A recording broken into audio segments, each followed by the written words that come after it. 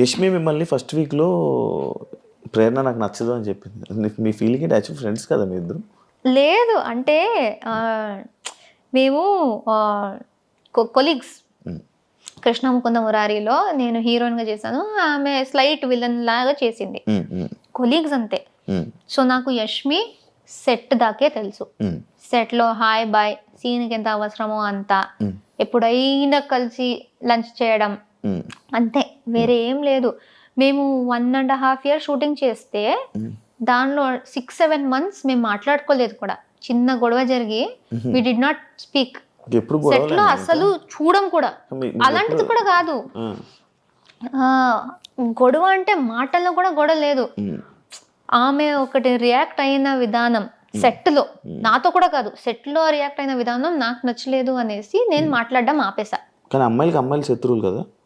అలా లేదు, శత్రువులు ఎవరైనా అవ్వచ్చు. అంతేనా? సో అది అలా జరిగింది. ఇంటి లోపలికి వచ్చినప్పుడు ఓకే, నాకు తెలిసిన వాళ్ళు ఎవరో ఉన్నారు అని ఇది. బట్ అదంతా బయట జరిగింది కాబట్టి ఆమె అది చెప్పినప్పుడు పెద్ద షాక్ ఏం కాదు. నాకు ఒక్కసారి అనిపించింది ఆమెకు నేను నచ్చనేమో, ఎందుకంటే ఆమె సైలెంట్గా ఉంటుంది, నేను ఇలా హైపర్గా ఉంటా. సో ఒక్కొక్కసారి అనిపించేది ఆమెకు నేను ఇరిటేటింగ్ అనిపిస్తానా ఏంటి అనేసి. బయట ఇక్కడ తీసుకొని ఇక్కడ ఏమైనా చేస్తుందా అని అనిపించింది? లేదు, ఆమెకు జనరల్ గా నేనైతే ఇరిటేటింగ్ అనిపిస్తుందేమో, ఎక్కువగా పెద్దగా నేను నచ్చను అనేసి ఐ థాట్. బట్ ఆమె అప్పుడు అలా నాకు అస్సలు ఆ అమ్మాయి నచ్చదు కూడా అని ఓపెన్ గా చెప్పినప్పుడు ఇలా బ్రేక్ అయినట్టు అనిపించింది, ఒక झटका లాగా, ఒక స్లాప్ ఇచ్చినట్టు. అప్పుడు దట్ వాజ్ ద మూమెంట్. నేను ఐ థాట్ ఓకే, ఈ హౌస్ లో ఆ రోజే, ఆ సెకండ్ డేనే ఐ థాట్ ఈ హౌస్ లో ఎవరితో అయినా కలిసి బాగా ఉండు, కానీ ఎవరు నీ కోసం ఉండరు, అదొకటి గుర్తుపెట్టుకొని నాకు చెప్పాను. ఎవరితో ఎంతలో ఉండాలి అంతే. సో ఆ సెకండ్ డేనే నాకు ఆ రియలైజేషన్ వచ్చేసింది. సో అప్పటి నుంచి నేను సిచ్యుయేషన్స్ బట్టి ఐ వాజ్ బాగా బాండ్ అవుతూ ఉంటే బాగా బాండ్ అవుతూ ఉంటా. లేకపోతే గొడవలు వస్తే ఐ విల్ లైక్ ఏదైనా నచ్చకపోతే నేను చెప్పేస్తా, అంత హ్యాపీగా ఉంటే హ్యాపీగా ఉంటా. వేరే ఈ టాపిక్, యాక్చువల్లీ స్టేజ్ మీదకి మీరు వెళ్ళేటప్పుడు రష్మిక మీ ఫ్రెండ్ అని చెప్పి చెప్పడం జరిగింది. ఎందుకు చెప్పారు? యాక్చువల్ ఆ టాపిక్ ఎందుకు వచ్చింది, రష్మిక ఫ్రెండ్ ప్రేరణ అనేసి?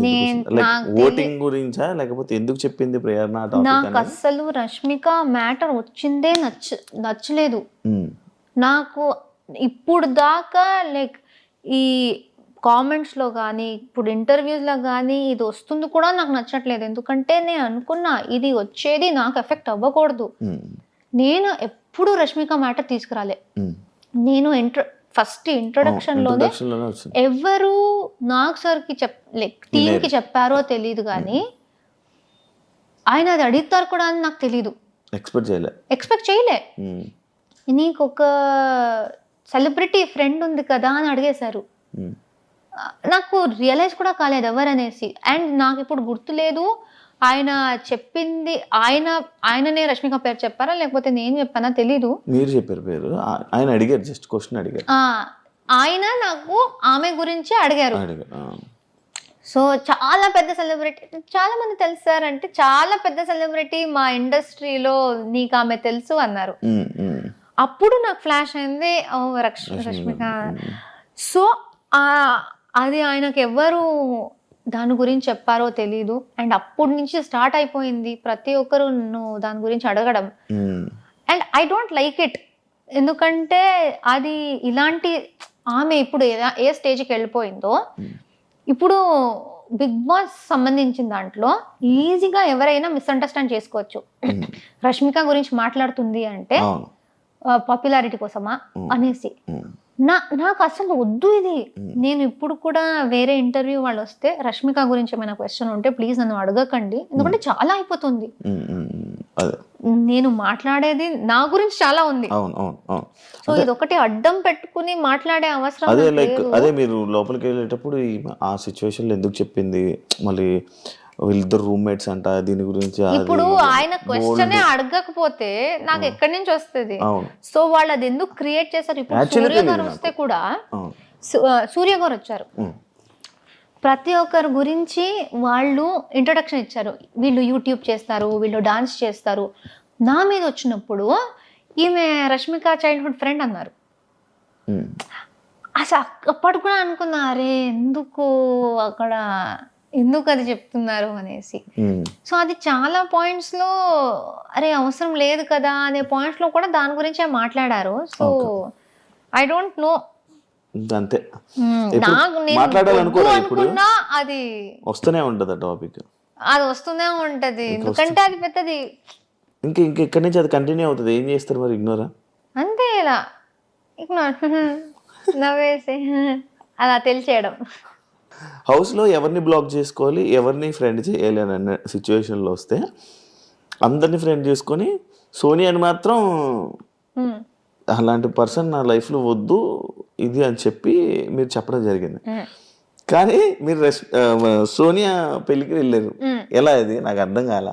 నేను ఫస్ట్ ఆఫ్ ఆల్ వాళ్ళు మాకు చెప్పింది ఏంటంటే, మీరు ఫాలోలో మినిమం ఒకటి పెట్టేసి ఎంతమైందనే పెట్టొచ్చు, బ్లాక్ లో 100% ఖచ్చితంగా ఒక్క ఉండాలి అని చెప్పారు. అండ్ బిగ్ బాస్ చెప్పిన మాట ఏంటంటే, మీరు ఎవరిని